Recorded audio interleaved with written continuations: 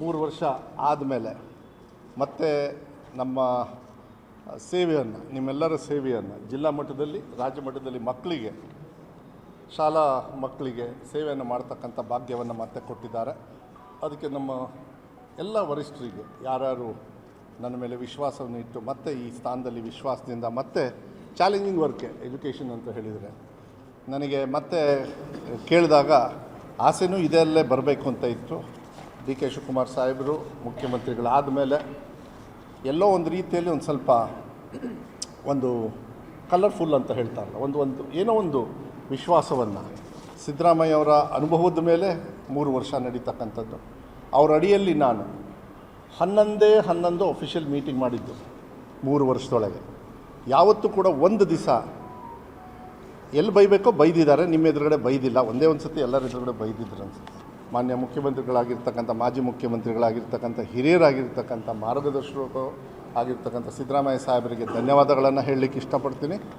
ಮತ್ತು ಈಗ ಮತ್ತೊಮ್ಮೆ ನಿನ್ನೆ ಮಾನ್ಯ ಡಿ ಕೆ ಶಿವಕುಮಾರ್ ಸಾಹೇಬರು ಹೇಳಿದರು, ನಾನು ಬಂಗಾರಪ್ಪಾಜಿಯವ್ರ ಅಡಿಯಲ್ಲಿ ಕೆಲಸ ಮಾಡಿದೆ, ಇವತ್ತು ನನ್ನ ಭಾಗ್ಯ ಅವ್ರ ಮಗನ ನನ್ನ ಜೊತೆಗೆ ಕೆಲಸ ಮಾಡಿಸ್ಕೊಂಡು ನನ್ನ ಅಡಿಯಲ್ಲಿ ಕೆಲಸ ಮಾಡೋದು ನನ್ನ ಭಾಗ್ಯ ಅಂತ ವಿಧಾನಸಭೆಯಲ್ಲಿ ಹೇಳಿದರು.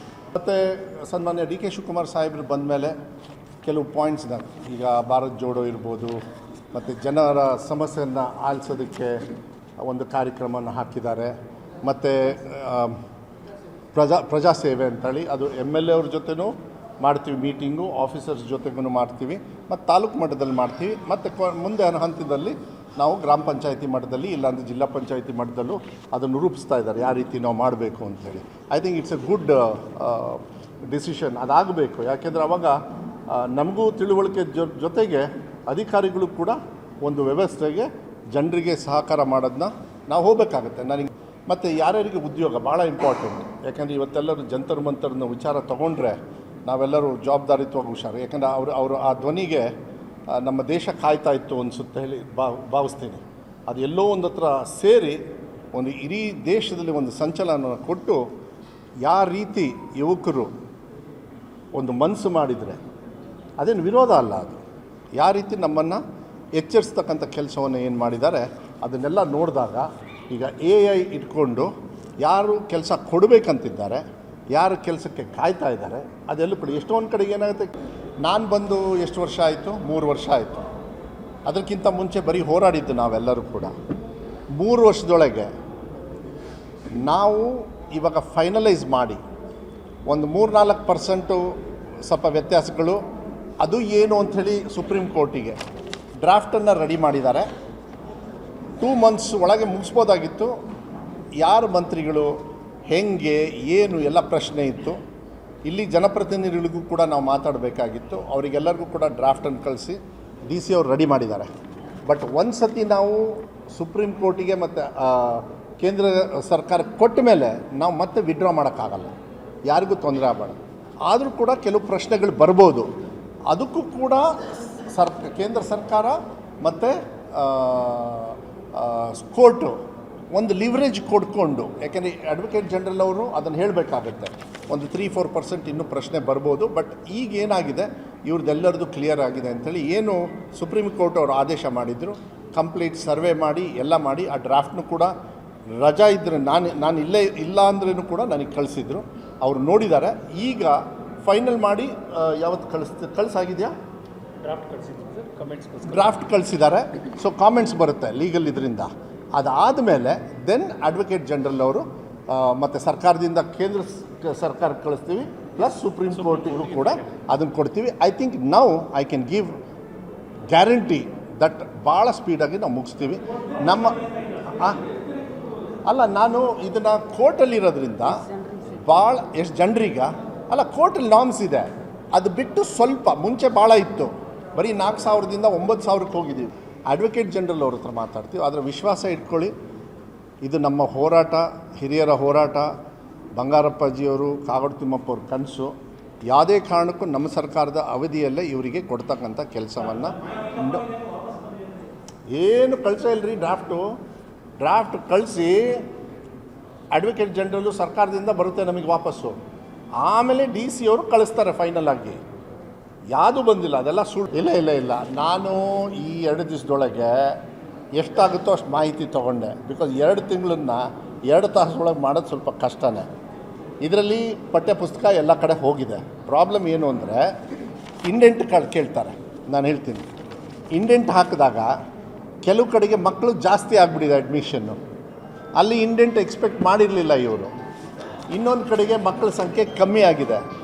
ಈ ಬುಕ್ಸ್ನ ಇಲ್ಲಿಂದ ಇಲ್ಲಿಗೆ ತರೋದಕ್ಕೆ ಅಷ್ಟು ಬಿಟ್ಟರೆ ಏನೂ ತೊಂದರೆ ಇಲ್ಲ. ನನಗೆ ಗೊತ್ತಿರೋ ಪ್ರಕಾರ 1% ಎಲ್ಲಾದರೂ ಇರ್ಬೋದೇನೋ. ನನಗಂತೂ ಗಮನಕ್ಕೆ ಟೆಕ್ಸ್ಟ್ ಬುಕ್ದು ಬಂದಿಲ್ಲ. ಆಮೇಲೆ ಈ ಸತಿ ಫಸ್ಟ್ ಟೈಮು PUC ಅವರಿಗೆ ನಾವು ಟೆಕ್ಸ್ಟ್ ಬುಕ್ಕು ಉಚಿತವಾಗಿ ಕೊಡ್ತಾಯಿದ್ದೀವಿ. ಫಸ್ಟ್ ಇಯರು ಸೆಕೆಂಡ್ ಇಷ್ಟು ವರ್ಷ ಯಾರಿಗೂ ಕೊಡ್ತಾ ಇರಲಿಲ್ಲ, ಉಚಿತವಾಗಿ ಕೊಡ್ತಾಯಿದ್ದೀವಿ. ಅವ್ರದ್ದು ಕೂಡ ಇಂಡೆಂಟ್ ಹೆಚ್ಚು ಕಮ್ಮಿ ಆಗಿದೆ. ಇನ್ನೊಂದು ಏನಾಗಿದೆ, ಸ್ಕೂಲ್ ಹೈಸ್ಕೂಲ್ನ ಜಾಸ್ತಿ ಪರ್ಮಿಷನ್ ಕೊಟ್ಬಿಟ್ಟೆ. ಅವ್ರ ಅಡ್ಮಿಷನ್ ಆಗೋ ಟೈಮು ಈಗ 2 months ಬ್ಯಾಕು. ಬುಕ್ ಪ್ರಿಂಟ್ ಆಗೋದು ಯಾವಾಗ? ಶೂಸು ಫಸ್ಟ್ ಟೈಮು ಇಡೀ ರಾಜ್ಯದಲ್ಲಿ 13 ವರ್ಷದ 10 ವರ್ಷದ ಹಿಂದೆನೇನೋ ಮಾಡಿದ್ರಂತೆ. ಫಸ್ಟ್ ಟೈಮು ನಾನು, ಯಾಕೆಂದರೆ ಅದ್ರ ಬಗ್ಗೆ ನಾನು ಒಂದು ಸ್ಟಡಿ ಮಾಡಿಸಿದ್ದೆ. ಈ 2 ವರ್ಷ ತುಂಬ ಕಂಪ್ಲೇಂಟ್ಸ್ ಬರ್ತಾಯಿತ್ತು. ಶಾಸಕರೆಲ್ಲ ವಿಧಾನಸಭೆಯಲ್ಲಿ ನೀವು ಫಸ್ಟ್ ಸ್ಟೇಟಲ್ಲಿ ಮಾಡಿ, ಲೋಕಲಾಗಿ ಕೊಡಬೇಡಿ, ಎಲ್ಲ ವರ್ಸ್ಟ್ ಕ್ವಾಲಿಟಿ ಕೊಡ್ತಾರೆ, ಬಡವರು ಅಂತ ಹೇಳಿದರೆ ಬಡವ್ರ ಥರ ಕೊಟ್ಬಿಡ್ತಾರೆ ಅಂತ ಆ ಮನಸ್ಸಿಗೆ ನೋವಾಯಿತು. ಅದಕ್ಕೆ ಮಾನ್ಯ ಮುಖ್ಯಮಂತ್ರಿಗಳಾಗಿರ್ತಕ್ಕಂಥ ಸಿದ್ದರಾಮಯ್ಯ ಅವ್ರ ಜೊತೆ ಮಾತಾಡಿ ಕ್ಯಾಬಿನೆಟಲ್ಲಿ ಅಪ್ರೂವಲ್ ತೊಗೊಂಡು ಸ್ಟೇಟ್ ವೈಸ್ ಅದನ್ನು ಟೆಂಡರ್ ಮಾಡಿ, ಇನ್ಫ್ಯಾಕ್ಟ್ ಏನು ಖರ್ಚಾಗ್ತಾಯಿತ್ತೋ ಅದರಲ್ಲೂ ದುಡ್ಡು ಉಳಿಸಿದ್ದೀವಿ. ದುಡ್ಡು ಉಳ್ಸೋಕ್ಕೆ ಮಾಡಲಿಲ್ಲ, ಯಾಕೆಂದರೆ ಮಕ್ಕಳ ಹೆಸರಲ್ಲಿ ದುಡ್ಡು ಉಳಿಸ್ಬಾರ್ದು. ಒಂದು ನಿಮಿಷ ನಾನು ಹೇಳ್ತೀನಿ. ಅದನ್ನ ಏನಿಲ್ಲ, ಕ್ವಾಲಿಟಿ ಎಲ್ಲ ಚೆನ್ನಾಗಿದೆ, ನೋ ಪ್ರಾಬ್ಲಮ್. ಕ್ವಾಲಿಟಿ ಚೆನ್ನಾಗಿಲ್ಲ ಅಂದರೆ ಟೆಂಡರ್ ಯಾರು ತೊಗೊಂಡಿದ್ದಾನೆ ಅವನು ಅದನ್ನು ಎಕ್ಸ್ಚೇಂಜ್ ಮಾಡ್ತಕ್ಕಂಥದ್ದು ಇದೆ. ಪ್ಲಸ್ ಹೇಳ್ತೀನಿ, ಪ್ಲಸ್ ಸೈಜಲ್ಲಿ ಹೆಚ್ಚು ಕಮ್ಮಿ ಆಗಿರೋದು, ಕ್ವಾಲಿಟಿಯಲ್ಲ. ಆ ಸೈಜ್ ಹೆಚ್ಚು ಕಮ್ಮಿ ಆದ ಕ್ವಾಲಿಟಿ ಮೇಲೆ ಹಾಕ್ತಾರೆ. ನಾನೇ ನೋಡಿದ್ದೀನಿ ಆ ಶೂಸ್ನ. ನಿನ್ನೆ ಮತ್ತೆ ಬೆಳಗ್ಗೆ ತರಿಸಿದೆ, ನಾನು ಮೊನ್ನೆ ತೊಗೊಂಡೆ, ಅಧಿಕಾರ ತೊಗೊಂಡು ನಿನ್ನೆ ತರಿಸಿದೆ. ಕ್ವಾಲಿಟಿ ತುಂಬ ಚೆನ್ನಾಗಿದೆ, ಏನೂ ತೊಂದರೆ ಇಲ್ಲ. ಮಕ್ಕಳು ಒಂದೇ ಥರ ಕಾಣಿಸ್ಬೇಕು ಅಂತ. ಆದರೆ ಈ ಸೈಜ್ ತೊಗೊಳ್ಳೋದ್ರಲ್ಲಿ ಹೆಚ್ಚು ಕಮ್ಮಿ ಆಗಿದೆ. ಅದು ಹೆಚ್ಚು ಕಮ್ಮಿ ಇದ್ದರೆ ಅವರು ಕೊಡ್ತಾರೆ. ಆಮೇಲೆ ಫಸ್ಟ್ ಟೈಮ್ ಮಾಡಿರೋದ್ರಿಂದ will all have to work. ನೀವು ಈಗ ಕಂಪ್ಲೇಂಟ್ ಕೊಟ್ರಿ, ಅದೇ ಥರ ಅವ್ರವ್ರ ತಾಲೂಕಲ್ಲಿ ಎಲ್ಲರೂ ಕಂಪ್ಲೇಂಟ್ ಕೊಟ್ಟಿರ್ತಾರೆ. ನಾ BOCಗೆ ಎಲ್ಲರಿಗೂ ಕೂಡ ನಿನ್ನೆ ನಮ್ಮ ಕಮಿಷನರಿಗೆ ಸ್ವಲ್ಪ ಸ್ಟ್ರಾಂಗಾಗಿ ಹೇಳಿದೆ, ಏನಾದರೂ ಆ ಥರ ಕಂಪ್ಲೇಂಟ್ ಇದ್ದರೆ, ಮಕ್ಕಳಿಗೆ ಈ ಟೆಂಡರ್ದಾರರಾಗಲಿ ಯಾರಾದರೂ ಮೋಸ ಮಾಡಿದರೆ ಅವ್ರಿಗೇನು ಟೆಂಡರಲ್ಲಿ ಇರ್ತಕ್ಕಂಥ ಶಿಕ್ಷೆ ಇರ್ಬೋದು, ಏನೇ ಇರ್ಬೋದು, ನಿರ್ದಾಕ್ಷಿಣ್ಯವಾಗಿ will punish them. We don't care. ಮಕ್ಕಳು ದೇವ್ರ ಸ್ಥಾನದಲ್ಲಿ ಇಟ್ಟಿದ್ದೀವಿ. ಶೂಸಿಂದ ಹಿಡಿದು ಪಠ್ಯಪುಸ್ತಕ ಹಿಡಿದು ಬಟ್ಟೆ, ಹಾಲು, ಊಟ, ಮೊಟ್ಟೆ ಎಲ್ಲದು ಫ್ರೀ, ಕರೆಂಟು ಎಲ್ಲದೂ ಅಷ್ಟೇ 100% ಇರಬೇಕು. ವ್ಯತ್ಯಾಸಗಳಿದ್ದರೆ ವಿಲ್ ಟೇಕ್ ಕೇರ್. ನಾನು ಈ 2 months ಒಳಗೆ ಎಲ್ಲ ಕಡೆಯೂ ಮಾತಾಡಬೇಕಾದ್ರೆ ಅದನ್ನ ಬ್ಯಾನ್ ಮಾಡಬೇಕು. ಆ ಕಂಟ್ರೋಲಿಂಗ್ ಕೆಪಾಸಿಟಿ ನಮ್ಮ ಹತ್ರ ಡಿಸ್ಕಷನಲ್ಲಿ ಮಾಡಬೇಕು.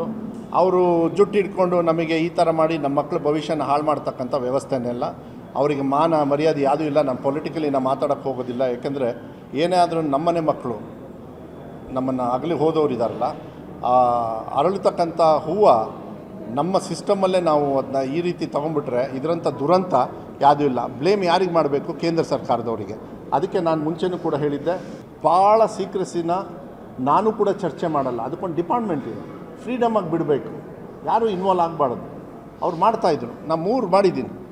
25 ದಿವಸಕ್ಕೊಂದು, 22 ದಿವಸಕ್ಕೊಂದು, 2ನೇದು 3ನೇದು ಎಕ್ಸಾಮ್. ನೀವೆಲ್ಲ ನೋಡಿದ್ದೀರ, ನಾವೆಲ್ಲ ಕ್ಲಿಯರಾಗಿ ಮಾಡಿದ್ದೀವಲ್ಲ, ರಿಸಲ್ಟ್ಸು ಕೊಟ್ಟವಲ್ಲ. ನಮ್ಮ ಡಿಪಾರ್ಟ್ಮೆಂಟೇ ಪ್ರೋಗ್ರೆಸ್ ನೀವು ನೋಡ್ತಾ ಇದ್ದೀರಾ. ಸೊ ಪ್ರೋಗ್ರೆಸ್ ನೋಡಬೇಕಾದ್ರೆ ಯು ಶುಡ್ ಅಲೌ. ಬಟ್ ನೀಟ್ನ ಬ್ಯಾನ್ ಮಾಡಬೇಕು. ಅದನ್ನು ಸರ್ಕಾರದಲ್ಲೂ ಕೂಡ ನಾನು ಇನ್ಮೇಲೆ ಸರ್ಕಾರದಲ್ಲಿರೋದ್ರಿಂದ ನಮ್ಮದೇ ಆಗಿರ್ತಕ್ಕಂಥ ಸಿಸ್ಟಮ್ನ ಕೇಂದ್ರದವರು ಅಷ್ಟೊಂದು ತಲೆ ಕೆಡಿಸ್ಕೊಂಡೋದಾದರೆ ಅವರು ಗೈಡ್ಲೈನ್ಸ್ ಕೊಡಲಿ, ನಮ್ಮನ್ನು ಕಾನ್ಫಿಡೆನ್ಸ್ ತೊಗೊಳ್ಳಿ. ಬಟ್ ಹಿಡ್ತಾ ನಮ್ಮ ಕೈಲಿರಬೇಕು. ನಮ್ಮ ಮಕ್ಕಳ ಭವಿಷ್ಯನ ಅವ್ರು ಹಾಳು ಮಾಡೋದಕ್ಕೆ ಯಾವುದೇ ಕಾರಣಕ್ಕೂ ಬಿಡೋದಿಲ್ಲ. ನೀಟನ್ನು ರದ್ದು ಮಾಡೋದು ಒಳ್ಳೆಯದು. ಇಲ್ಲ ಅಂದರೆ ಜನರಿಗೆ ಕಾನ್ಫಿಡೆನ್ಸ್ ಇಲ್ಲ. ಈ ಯುವಕರು ಎದ್ದಿದ್ದೆ ಇದ್ರ ವಿರುದ್ಧ. ಸೊ ಅದಾಗುತ್ತೆ ಅಂತೇಳಿ ಭಾವಿಸ್ತೀವಿ. ನೋಡಿ, ಗುಡ್ಕಾ ಬ್ಯಾನ್ದು ಒಂದು ಹೇಳ್ತೀನಿ, ಡೈರೆಕ್ಷನ್ ಬಂದಿದ್ದು ಇಲ್ಲಿದಲ್ಲ. ನಾನು ಸಂಸದರದ್ದು ನೋಡಿದೆ ನಿನ್ನೆ ಪ್ರೆಸ್ ಮೀಟು. 24 ಗಂಟೆ ಗಡುವು ಕೊಡ್ತೀನಿ ಅಂತ.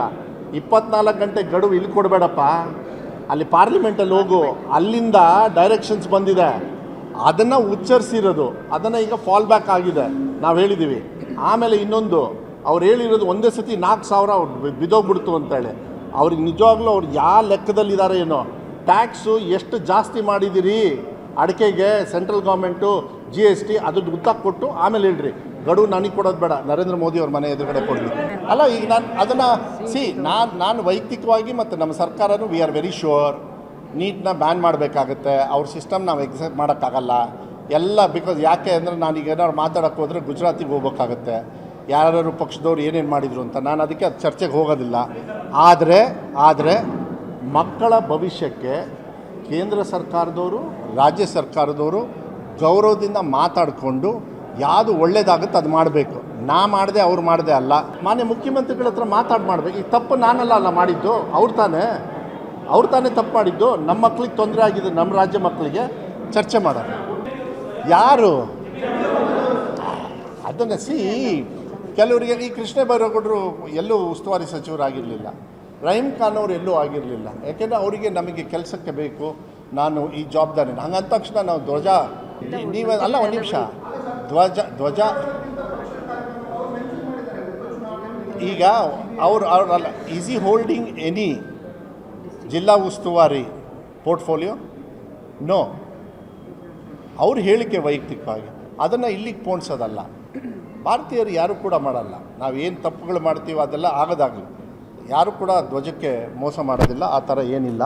ಅದನ್ನು ತಿರ್ಚತಕ್ಕಂಥ ಕೆಲಸ ನೀವು ಯಾಕೆ ಹಿಡ್ಕೊಂಡಿದ್ದೀರಿ ಅಂದರೆ ಎದುರುಗಡೆಯಿಂದ ಅವ್ರು ಒದರಿದ್ರು, ನೀವು ಅದನ್ನು ಹಿಡ್ಕೊಂಡು ಕೂತ್ಕೊಂಡ್ರಿ. ಇದ್ರ ಮೇಲೆ ಹೇಳಿಲ್ಲ ಅವರು.